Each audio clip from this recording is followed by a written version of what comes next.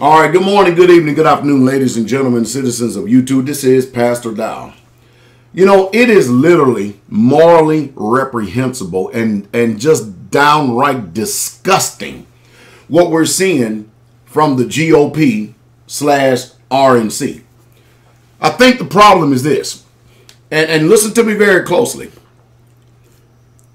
I think that they are experiencing a very bitter taste in their mouth since they have someone who is not going to acquiesce. They have someone that is simply just not going to bow down to their so-called quote-unquote conservative values and conservative wishes, i.e. Donald Trump. And they have a bitter taste in their mouth because, look at this, there are more of us, meaning the common people, than it is of them. And the people have woke up out of sleep and they went to the polls because the people heard somebody say things that they were thinking or they have already voiced to their constituents, to their colleagues, to their associates, to their friends, to their family, or to their employers. Hey, they heard Donald Trump say the things that is resonating in their heart, what is wrong with this crooked, wicked country. And it bought people out. It bought them out of their shells. And you know what? Now the gig is up.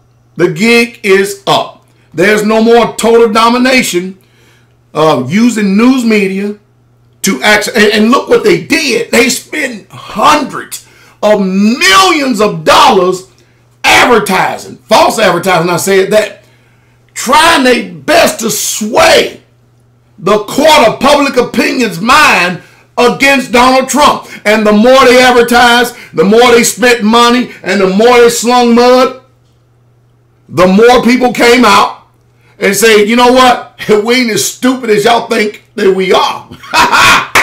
We got a man now, but guess what we're going to do? We're going to show y'all what we think. And so guess what?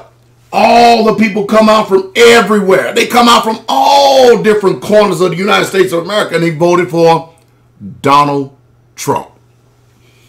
People say they're tired. So you know what, RNC, GOP?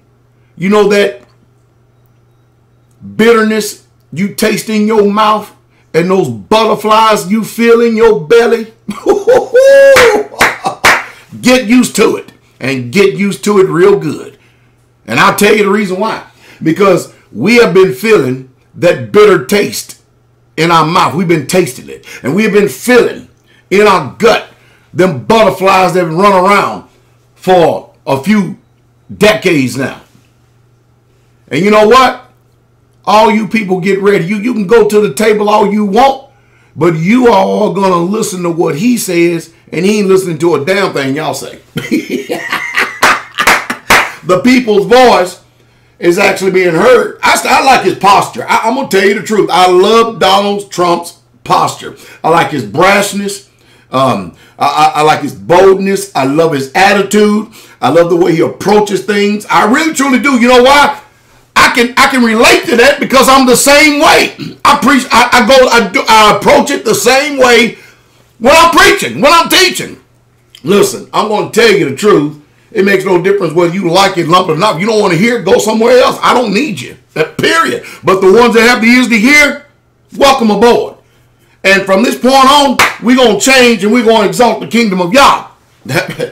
I love it. And you can tell that the rich in this country really, truly do not care about the economic depression, the economic recession that we're in. And they don't care nothing about the American people, especially when they're spending hundreds of millions of dollars on advertisement. And we got all these people unemployed. We have all these people without jobs, all these people that in this country without food and stuff. And yet they spend hundreds of millions of dollars on TV advertisement in order to try to deceive the people for another 4 years. The rich do not care nothing about the middle class or the poor. As a matter of fact, they've done everything they can to make sure that they decimate the middle class. Well, I want to send a shout out to InfoWars. I really, truly do. I want to send a shout out to you, the people out there, who have actually woken up. It's amazing, isn't it? It's amazing. Now, let's see what's going to take place here. Let's see what's going to take place because, you know, Republican Party, GOP, you might as well get used to this because you're going, you know, you've been up here all this time. You're getting ready to go down here. And the hypocrisy of George Bush, the 41st president, and the hypocrisy of the 43rd president who wanted all the support and did everything they could to garner favor amongst the people and stuff. And they talking about we want to unite the party. And now you have a chance and you have opportunity to unite the party. And you mean to tell me that you're not going to put the party interest first and foremost in front, at the forefront, for the people's sake, to defeat Hillary Clinton because you're a bunch of spoiled brats thinking that this is something that you can drive up to the drive-through window and go to Burger King and have it your way? Hey, American people, pay attention to these jackals, these fork-tongued snakes, and these dogs, and don't trust one word that they are saying. I hope that Donald Trump distanced himself even the more so from the establishment that has already been in place and been entrenched for some time. I really, truly do. I hope he doesn't pick anybody that has been political. None whatsoever at all. If he was going to pick anybody that's been political, I would hope that he would pick Jesse Ventura for vice president. You want to see something real then? Because both of them have something in common. Donald Trump ran on this whole thing under his own bill. Yeah, he funded it himself. No bribes, no backroom deals. And Jesse Ventura won the governorship of Minnesota. I think he did that with less than $400,000.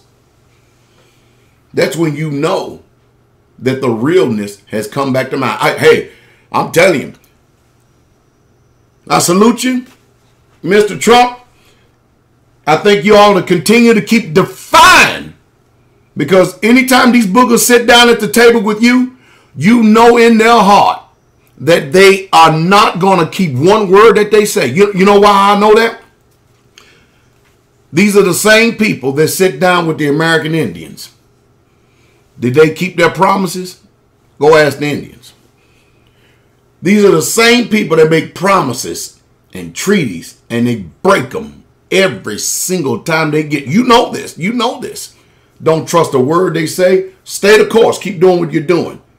Because all they want to do is try to come into some middle ground with you. Use them. Use them. Even if you have to agree with what they say in order to deceive them, because that's what they do. And then do whatever you feel that is right because America is behind you.